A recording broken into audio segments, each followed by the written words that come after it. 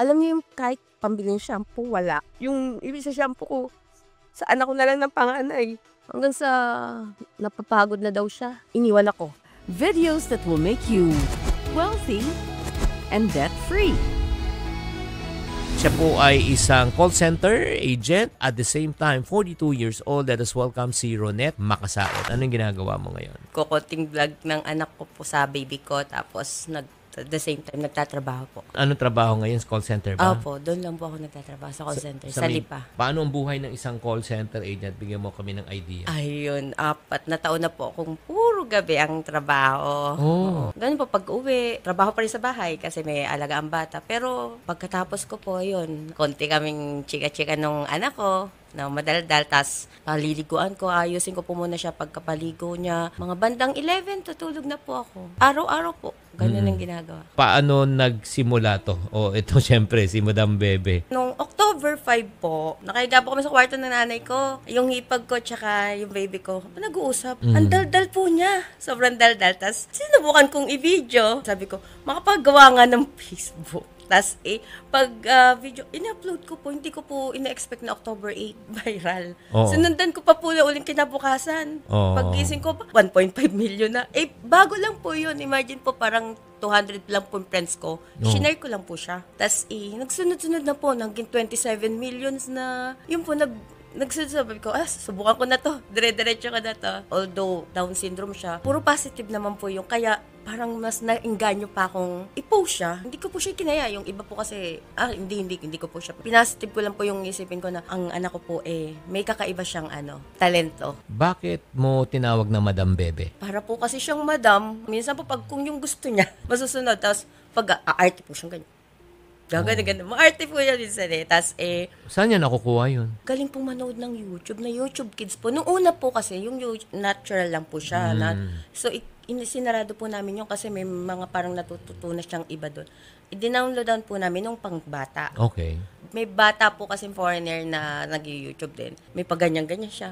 Mas malimit po siya, para siyang doktor. Alam po niya yung lahat ng gamit ng laruan ng pandoktor. Wow. Opo, ginagamit po niya talaga. Yung pagiging madam naman po niya, yung parang gusto siya, pag hindi, parang umaarte po talaga siya. Siyempre, ngayon nandyan na si Madam Bebe. Paano nyo tinanggap nung na-realize nyo at kailan nyo na-realize na special siya? Actually po, nung bagong anak po ako, sir. Pag anak po kasi, hindi ko po nakikita talaga na Hindi mo makikita ang yan? ganda-ganda. Kasi pangarap ko po magkaroon ng babae. Tapos, yun, hanggang sa first page namin. Zero balance talaga ako nun. Walang-wala. Binigay po kasi siya sa akin, wala na. As in, wala po akong trabaho. Okay. Wala po talaga. Hindi ko, basta parang mabigat ang buhay. Lahat na pumasok sa isip ko, paano ganito, paano pag namatay ako, paano. Ilang buwan yun nung na-realize nyo? Parang 3 months po siya nung napacheck up kasi nilagnat. Hanggang Okay. sa sinabi po ng page na, pagkakita pa lang po, ay special yan. Ha? Yung kamay ng baby, ginanon. Yung pala, yung mga tao siguro nakapaligid sa akin, nakikita na nila. Ako hindi po kasi, akin to Gusto kong to Love na love ko Hindi po ako lumalabas ng kwarto. Sa bahay lang ako. Sa loob ng kwarto, yakap-yakap ko siya.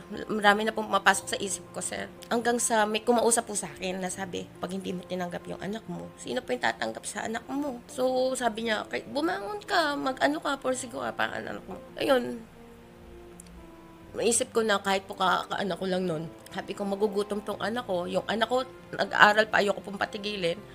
So, nagtrabaho po ako, nag-delivery So in girl. other words, nagkaroon ka ng depression noon panahon? Para po talaga akong, alam niyo yung kahit pambilin shampoo, wala. Hindi ako makahingi sa amin. Kasi syempre, may partner ako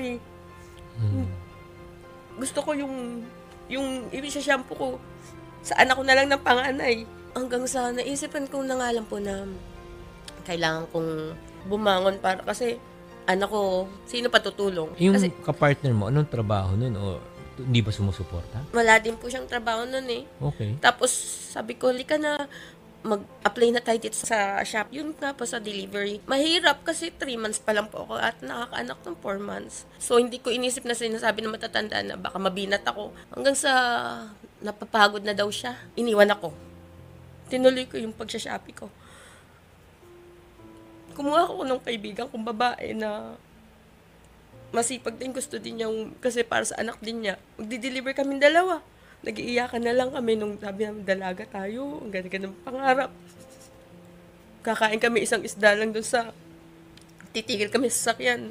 Sige, deliver uli. Hanggang sa nasira yung sasakyan, syempre, napagod, tumigil na kami.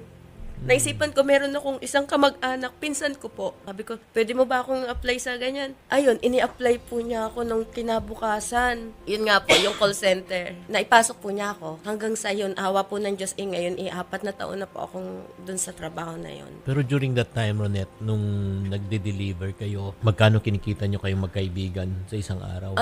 Bali po ay 1.5 po yun.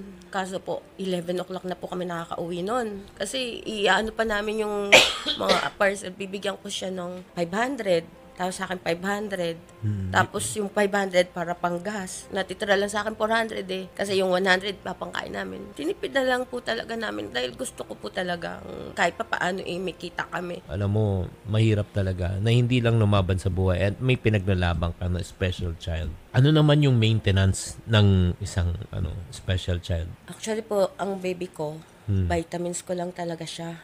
Sabi kasi nung pedya niya, maganda sa which is nakukuha naman ngayon ni Yona. Sa gatas lang po talaga. Hindi ko po tinigil hanggang sa ngayon po. Tsaka po yun, ang vitamins po niya, hindi ko po inaalis. Nung pumasok ka na sa call center agent, paano ang setup? Ako po takot na takot. Siyempre, wala naman po. Sabi ko, bahala na kasi kailangan ko pong trabaho. Sabi ng pinsan ko, kayang-kaya mo yon.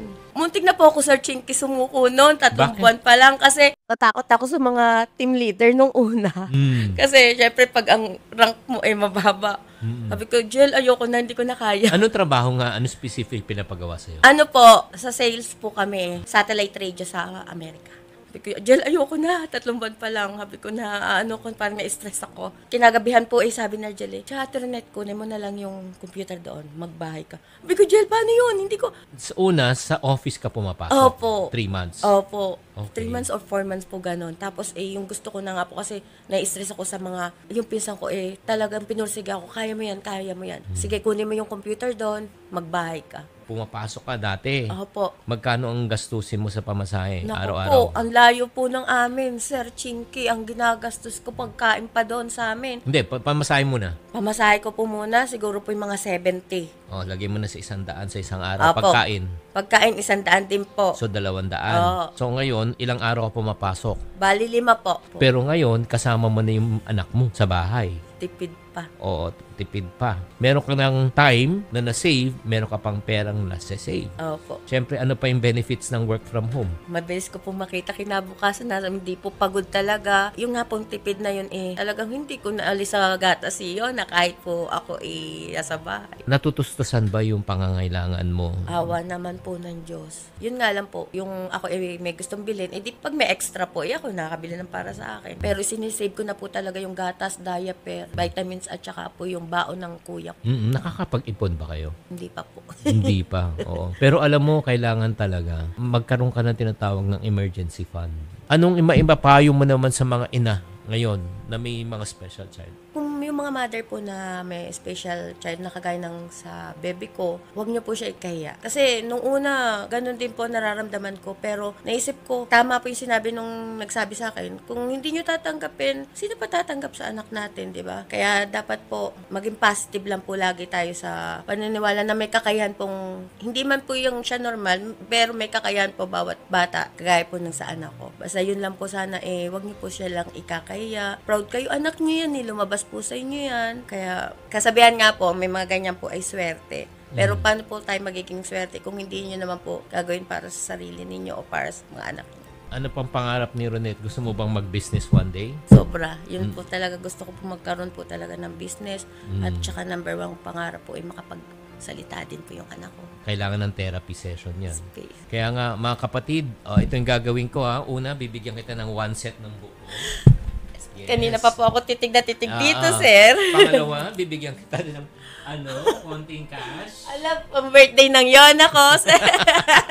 At syempre, para sa mga tao na nais din tumulong kay Madam Bebe, tulungan si Madam Bebe. Ito lang, hindi pa alam to ni Ronette. Maglalagay ako ngayon ng GCash number ni Ronette, okay? Alam mo, sir, Oo, hindi, huwag kang mahiya. Ano lang, kusa lang naman to para sa mga taong gustong tumulong kay Ronette. Ano yung numero? 0977-426-4767. 0977-426-4767. Ang makikita, RM. Tama? Nenita M. Nenita. Nanay ko po. Nenita M. So guys, kung gusto nyo talagang mag-abot ng suporta at tulong, yun po. Ronette, maraming salamat. Thank you very much. Thank you, Isa sir. ka talagang, ano palang Facebook, Ano po, Ronette Makasaet, Tata and Madam Beb. Okay, sige, maraming salamat.